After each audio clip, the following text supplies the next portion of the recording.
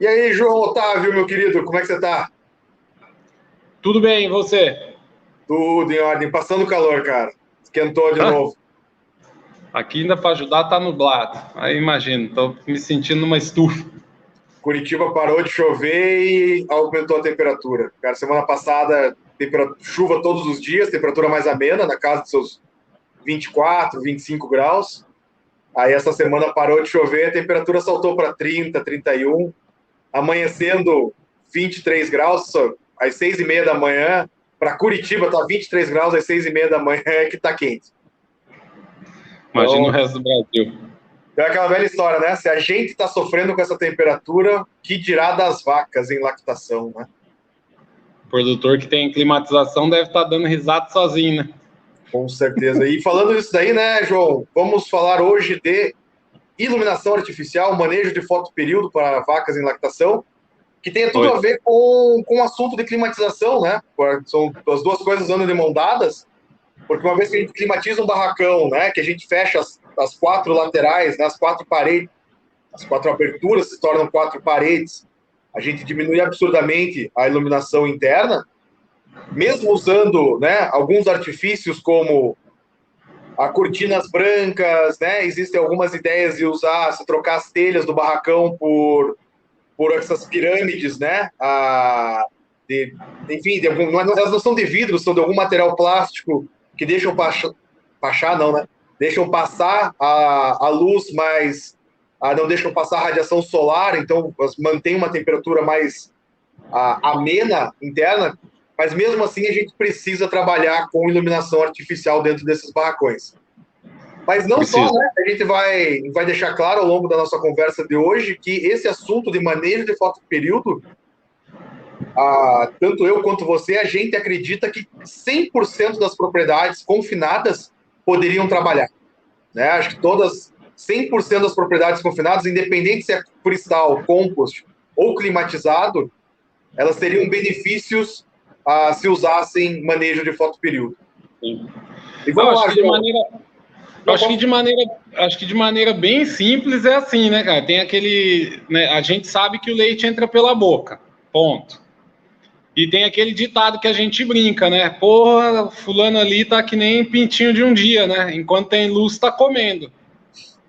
Então, se você pega que o leite entra pela boca enquanto tem luz, está comendo, pronto, né? Fechou a equação, né? Fechou a equação. E às vezes as pessoas me perguntam, né? Tá, mas de onde que surgiu essa ideia, né, de manejo de fotoperíodo? Então, de novo, né? Acho que num dos episódios a gente falou um pouquinho, né, sobre o comportamento animal, o comportamento da vaca. A gente tem que lembrar que a vaca ancestral, né, lá de 50 mil anos, 60 mil anos atrás, ela normalmente, a estação de parição das vacas era no início da primavera, justamente no Sim, momento em que os dias estão se tornando mais longos. Né? Então, as vacas, elas parem ali por volta de setembro, outubro, e elas vão dar pico de lactação em dezembro, justamente no auge dos dias mais longos. E é isso que a gente tenta, né, com o manejo de fotoperíodo, é tentar imitar o que acontece na natureza, né, que é o aumento da luminosidade na primavera, e isso faz com que a vaca, a, através dos olhos, né, os olhos da vaca captem mais essa luz, essa captação maior de luz promove uma secreção maior de alguns hormônios, entre eles, né, prolactina e o IGF-1, né, fator de crescimento semelhante à insulina tipo 1, que vão aumentar a produção de leite. Né? Então, sim. esse é o grande ganho do produtor, é conseguir, com as mesmas vacas, com a mesma estrutura, com a mesma alimentação, tirar em torno de 1,5 litro a 2 litros a mais de leite por vaca por dia. Né? Então, esse é o grande potencial da brincadeira que a gente está falando aqui hoje.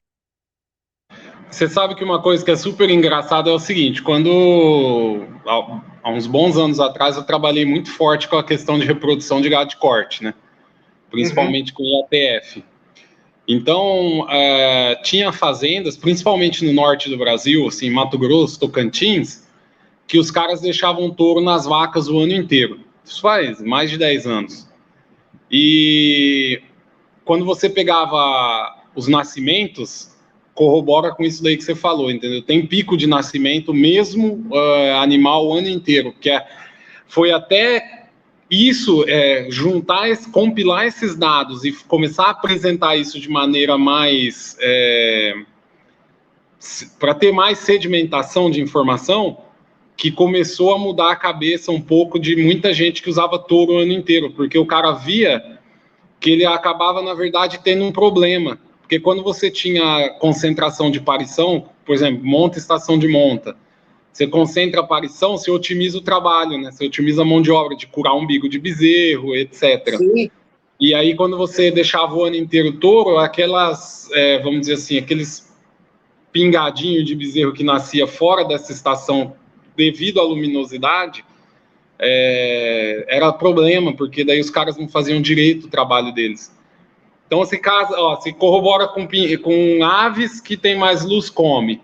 Corrobora com gado de corte, com a questão de parição. Cara, leite, né, é uma maneira da gente, porque às vezes a gente fala, dá a impressão que tem um pouco de ceticismo no negócio, né? O cara fica meio com o pé atrás, mas, cara, esse tipo de pesquisa é coisa que é totalmente aplicável e que você vai ter resultado, não tem como. Você está trabalhando com questão de hormônio, e o hormônio em vaca se estimula, ele produz, entendeu? Não, com certeza. E ainda, eu coloco mais ainda os pequenos ruminantes, né? Os ovinos e caprinos, ovelhas e cabras, né? Essas sim têm uma sazonalidade muito marcada, né? Porque fora da primavera elas entram em anestro, né? Então você não consegue... E essa sempre foi a grande dificuldade do Rio Grande do Sul, que é o maior rebanho ovino do Brasil, em fornecer carne de cordeiro o ano inteiro, principalmente para o Sudeste, São Paulo, Rio de Janeiro, uma parte do Paraná, porque eles não conseguem, né? Eles estão mais ao sul, né? É o estado do Rio Grande do Sul, o estado mais setentrional do Brasil. Você tem mais marcado ainda, né, a diferença de luminosidade entre verão e inverno. A sazonalidade reprodutiva das ovelhas se torna mais marcante ainda. Então você não consegue ter parição das ovelhas no Rio Grande do Sul o ano inteiro.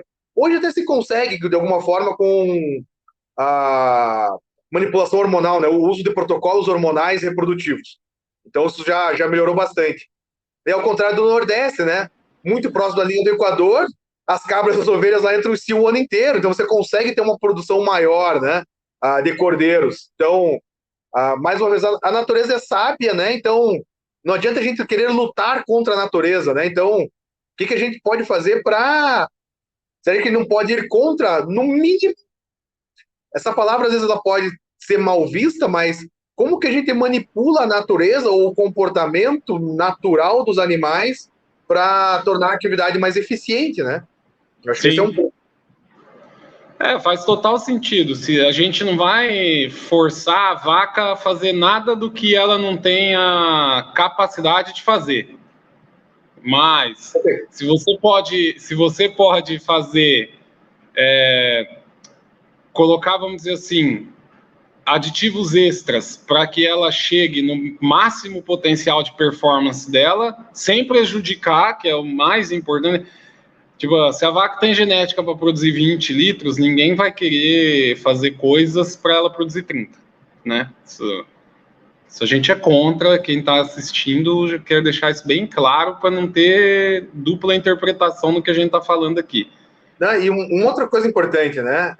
Bom, acho que é exatamente isso que você está falando, mas eu cansei de escutar de produtor quando ele fala de aditivos, né? Principalmente aditivos nutricionais, o próprio uso do BST, né? Fala assim, cara, porque tudo aumenta, né? Sempre a velha história que a indústria procura são coisas para aumentar a produção de leite, né? Então, a brincadeira entre os produtores é falando, eu não preciso mais dar comida para vaca, né? Eu dou todos os aditivos que tem disponíveis no mercado e as vacas vão dar 50, 60 litros por dia.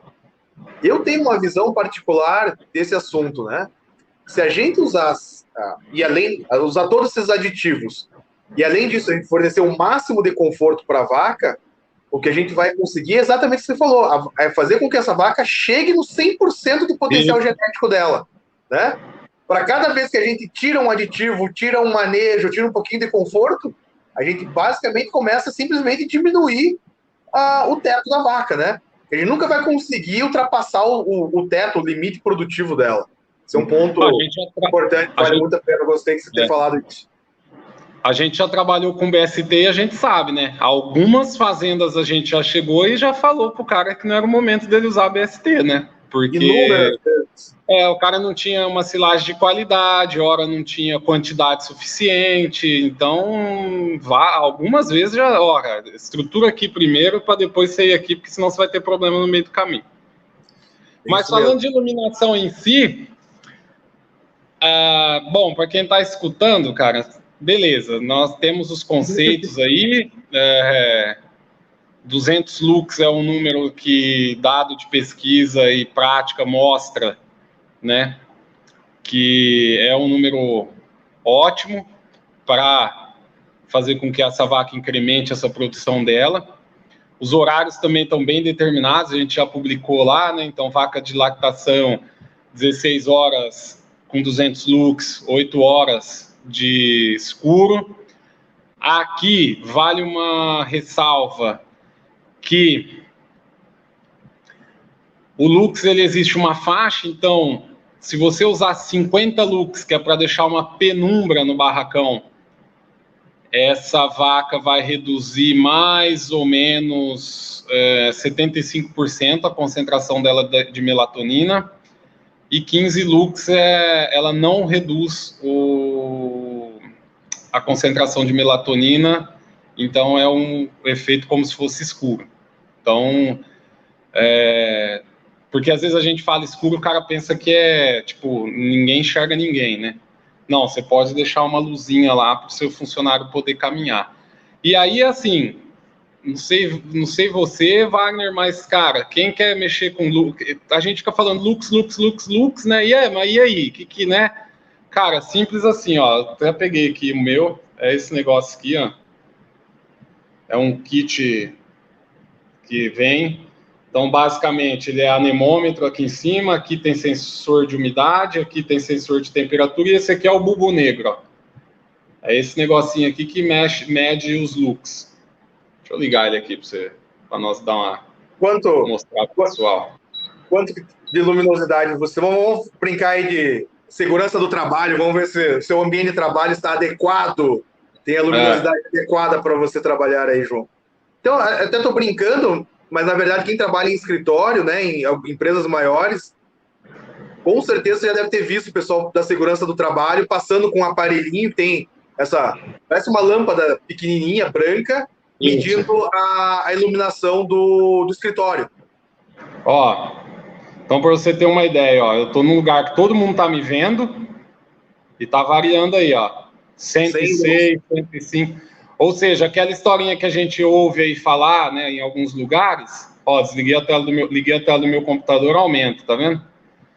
Essa história que a gente escuta de falar, você precisa ter a capacidade de ler um jornal para estar bem iluminado. Cara, vocês estão me vendo aqui perfeitamente, tá aí, ó, 94. Se eu pôr o dedo, ó, zerou, beleza?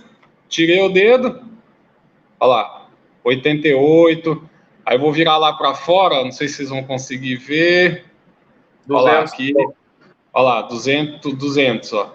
Que eu estou apontando para a janela que está no rumo aqui da lâmpada. Ó. Se eu virar para vocês, olha lá, 60. Se eu virar lá para dentro, que está um pouco mais escuro, olha lá, 45, mais ou menos. Então, para vocês, então assim...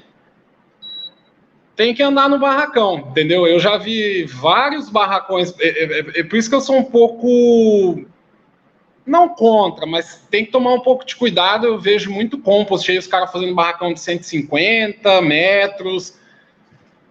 Toma cuidado, que lá no meio do barracão, talvez você tenha que ter luz ligada 24 horas por dia, entendeu? Tem que tomar um pouco de cuidado aí, esses barracões muito compridos. E... diga. Não, eu só ia continuar falando do luxímetro, né? Esse aparelhinho que você tá usando para medir a luminosidade. A minha experiência é exatamente a mesma. Eu, infelizmente, eu tô sem o meu. Eu perdi 2 desses aparelhos, eu joguei fora uns R$3.000 nessa brincadeira aí. Ai, dói de lembrar disso daí. Perdi os dois da mesma maneira. Eu sempre carregava no bolsinho da mochila e viajando de avião, você larga a mochila em cima, né, naquele bagageiro superior do avião. Aí naquela ânsia desgraçada de desembarcar, passa a mão na mochila, o negócio caiu, os dois, caiu 2 vezes comigo, caíram no bagageiro e eu nunca mais consegui reaver os meus aparelhos. Pior que quem deve ter encontrado não sabe nem para que serve. Esse que é o... É isso que mais me dói no coração. Eu acho que tem que ser isso daí, cara. Não tem muito, porque senão fica aquele negócio, né? Ah, tá bom. Assim, o tá bom sem dado, cara, isso é uma... Por isso que aquela questão do Lean Six Sigma tanto se destaca aonde ele é aplicado. Porque você troca o acho pelo 200 looks. Aí a história muda, entendeu, cara? Não tem... Ô, João, quando você tem... Não, desculpa aí, pode falar. Não é isso, é medir, né? Só assim, tem que medir, né? E como é que a gente mede? É com o aparelho, né? Então, se você é profissional que gosta da parte de instalações, cara, dá um jeito, arranja R$1.500 e compra um aparelho desse, cara. É obrigação sua, né? Me desculpa falar assim, de certa forma, impondo, mas é mesmo, né? Quem mede não gerencia, e quem não gerencia tá fadado ao fracasso. Infelizmente é assim. Eu tô com uma pesquisa, eu tô com um site aqui que é um dos que eu mais gosto, é o The Dairyland Initiative da Universidade da Wisconsin-Madison, e eles têm uma parte aqui que fala justamente de manejo de fotoperíodo. E eu vi você falando de 200 lux, e aqui eles falam que, na verdade, a partir de 160 lux, a vaca já tem resposta, né? A gente já tem resposta positiva.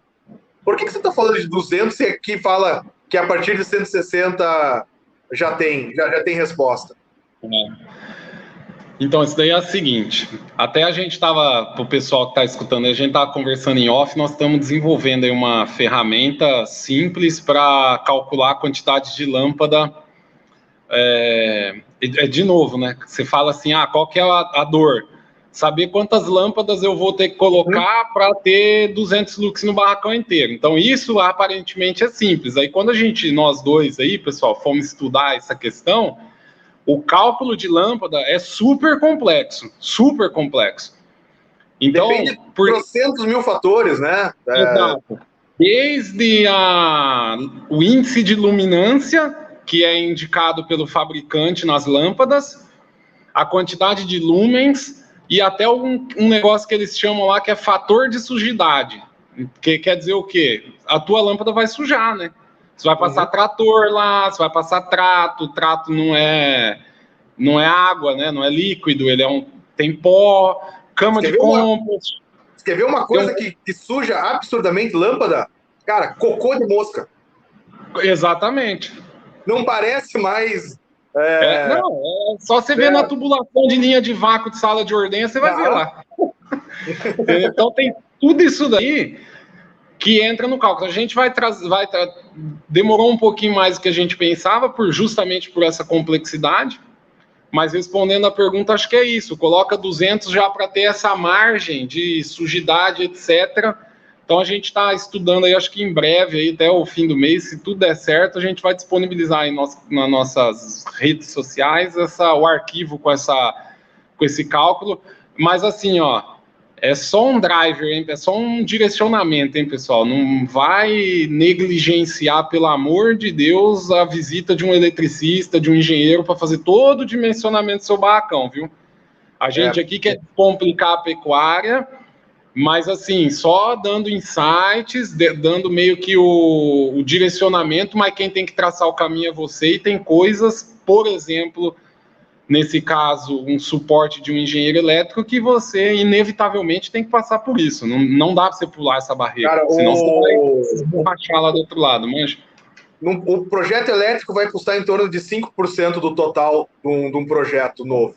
E ele é vital para o sucesso de uma operação. É só a gente ver aí cara, umas 2, 3 vezes por ano a gente fica sabendo de propriedades aí que perderam várias das vacas do rebanho, às vezes quando não morre o rebanho inteiro, ou quando não morre o produtor, né, que foi eletrocutado por problemas de instalação. Então, assim, realmente é caso de vida ou morte aqui. Então, pessoal, não negligenciem, né? Sempre tem aquela história, né? Eu conheço alguém que faz mais barato. Cara, vida não tem preço, né? Então, depois fica chorando as pitangas e até lembrei de um caso que foi no sudoeste do Paraná. Os caras estavam instalando um canzil. Aí a extensão, né, da furadeira estava passando por cima do canzil, estava mal isolada e eletrocutou as vacas que estavam comendo. Eu vi esse caso aí também. Vi foto, na verdade. Então, enfim, tem que ter, né? Provavelmente, sei lá, um disjuntor, fugiu o nome do negocinho lá quando dá pico de tensão lá, fugiu o nome do aparelhinho que coloca junto com o disjuntor. Você colocar um disjuntor já tem o relé térmico dentro dele. Relé térmico, isso mesmo, né? Então provavelmente já teria ajudado ou minimizado drasticamente o problema. Então, bem lembrado, João. E só falando, né, por que a gente começa com 200 e não com 160, que seria já o suficiente? Lembrando, né, que as lâmpadas, não importa se é a lâmpada de vapor de sódio, se é a lâmpada fluorescente comum, se é LED, se é incandescente, dicróica, enfim, qualquer tipo de lâmpada, ele é um equipamento mecânico, né? Ou seja, é um equipamento que ele está sujeito a desgaste. E com o passar do tempo ele vai desgastando, ele vai perdendo eficiência. Então a gente tem que também acomodar essa perda de eficiência natural, intrínseca do equipamento na conta, né? Porque você não vai ficar trocando todas as lâmpadas no barracão uma vez por mês para garantir que você vai ter 100% de eficiência. Então, a gente já coloca essa margem de segurança no cálculo. Então, mais um motivo para você ter o luxímetro, né? Coloca na sua rotina. Aí depende da rotina do cara, tá? Mas eu conheço fazenda que o cara... Esse é um produtor que a gente não fala os nomes aqui, mas, porra, esse cara eu tiro o chapéu para ele. Que ele vai e ele mede. Ele tem um luxímetro e ele anda dentro do cross dele, medindo. E aí, aonde baixa de 200, ele checa as lâmpadas e troca. Então, fica fácil de manejar. Entendeu? Você sai lá e o dele é padrão. Ele vai uma vez, se não me falha a memória, ele vai uma vez por mês ou uma vez a cada 2 meses. Agora eu não lembro de cabeça. Cara, e é uma caminhada pelo barracão, né? Exatamente. Rápido, né? Dá uma caminhada, ele já vai vendo as vacas, ele vai andando com o luxímetro assim. Também não vai pôr o luxímetro aqui debaixo da cara, porque senão a tua cabeça faz sombra, né? Vai andando com o luxímetro de uma maneira que não dê sombra e vai anotando. Ainda mais se for uma pessoa que nem você, né? Que tem um nariz meio avantajado, assim, né? Olha o tamanho. Eu não podia perder a piada com o amigo, né? Era bom quando eu fazia o Iron Man, cara, que eu botava o capacete aéreo assim, ó, ficava uma coisa só, assim, parecia um predador. E aí, sai andando no barracão, você identificou um ponto que não tá legal, marca ali aquele ponto, ou leva uma caneta, um papel, marca aquele ponto e depois vai lá e troca a lâmpada, cara. Assim, não tem... Acho que, como dizia meu finado avô, o cara que denominou uma propriedade rural de fazenda tinha que voltar no tempo e dar uma chibatada nele, porque tem que trocar o A pelo O. É fazendo, né? É fazendo, não para de fazer, não tem jeito. É um ecossistema vivo. Sim. E, João, seguindo, é só para climatizado que a gente planeja fotoperíodo? Não. É igual eu falei, né? Tem esses barracões que eu falei comprido aí, que eu vi deficiência grande de luz, tipo assim, 3 horas da tarde eu dei uma medida lá, tava 40 lux no meio do barracão. É barracão aberto, só que era um barracão de 150 metros de comprimento, entendeu? É para tudo. O benefício é de uma maneira geral, né? Entendeu? Pô, aqui, cara, nós estamos aqui, todo mundo tá me vendo super bem aqui. Vocês viram aí quanto que deu 100 lux? Já pra vaca já era ruim. João, e falando nisso, né? A gente tá falando de vaca em lactação e pré-parto. Pré-parto é o contrário, né? Pré-parto tem que ter mais escuro do que... Porque é uma vaca que você não demanda que ela produza para você, né? Ela precisa, na verdade, descansar E aí entra aquele mesmo princípio, né, nosso, né? O sono é que também gera vários hormônios que vão ajudar em nosso metabolismo, né? Então a vaca, como a vaca de pré-parto é uma vaca que ela demanda um cuidado extra por tudo que, né, que a gente já sabe aí, então ela tem que ser ao contrário, 16 horas abaixo de 50 lux e 8 horas só de claridade total, entendeu?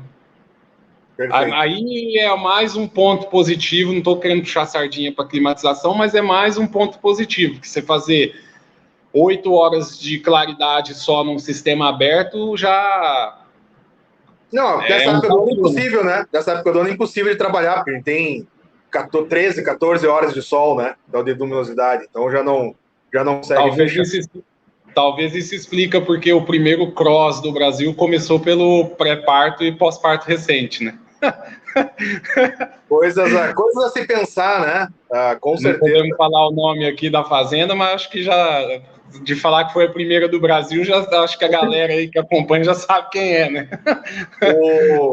Então, para a gente ir fechando, né? Fazendo um resumo.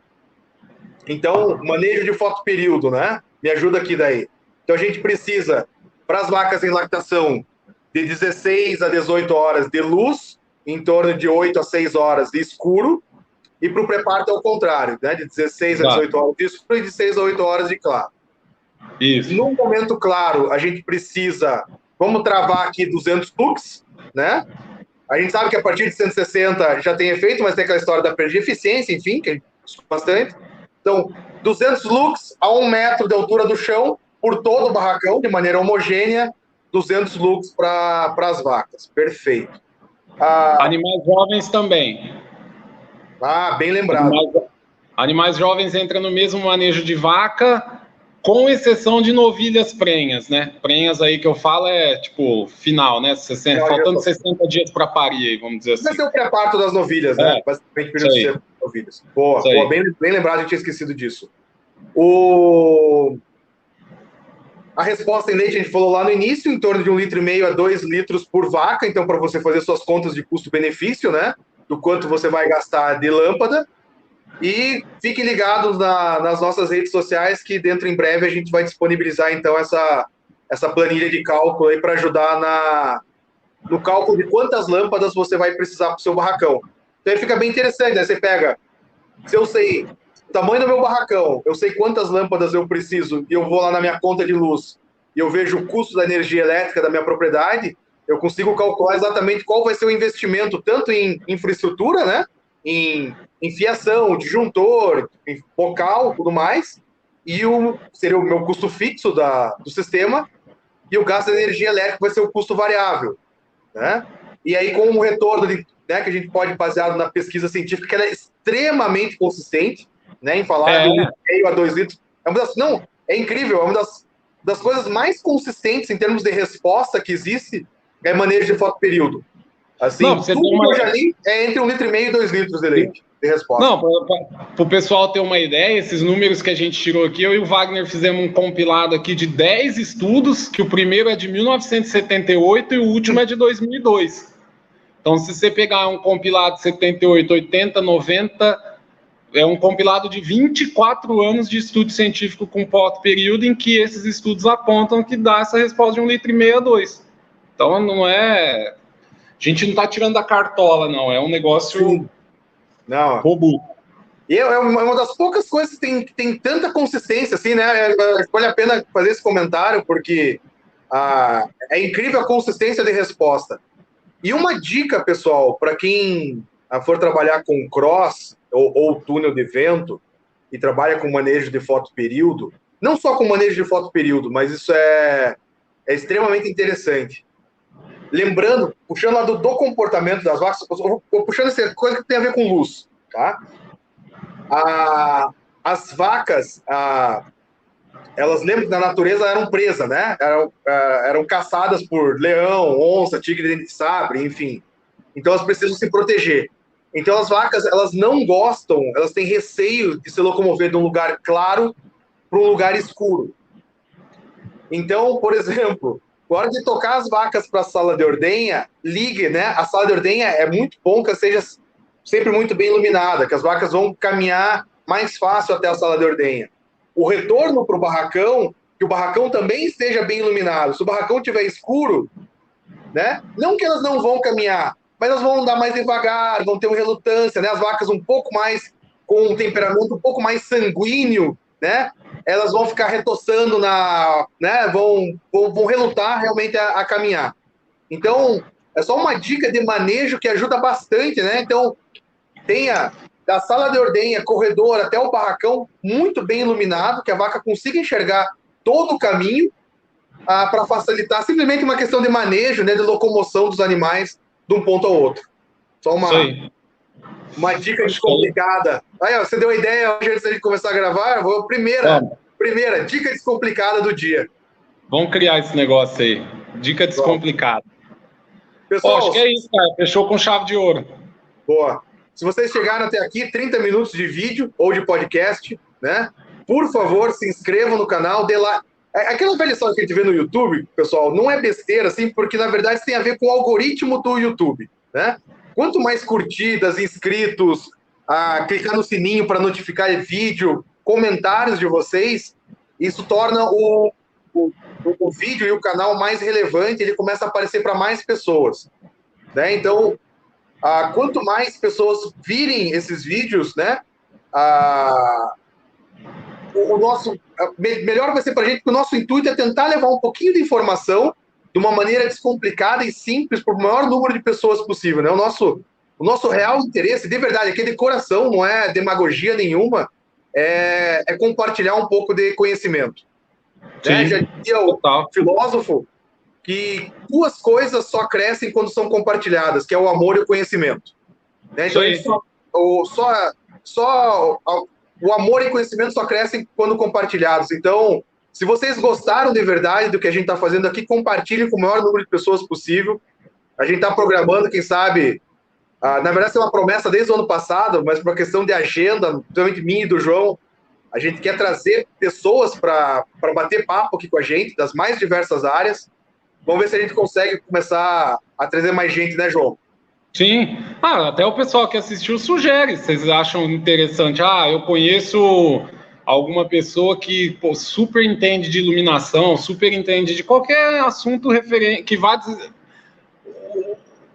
O guia é esse, pessoal. Se for alguém que vai agregar para descomplicar e facilitar a informação para quem precisa, vamos embora. Não tem... Tá super aberto. Esse espaço aqui é super plural. Quanto mais, melhor. Show de bola. Então é isso, né, João? Obrigado. Valeu. E até nossa próxima gravação. Isso aí. Um abraço, tchau, galera. Tchau, pessoal.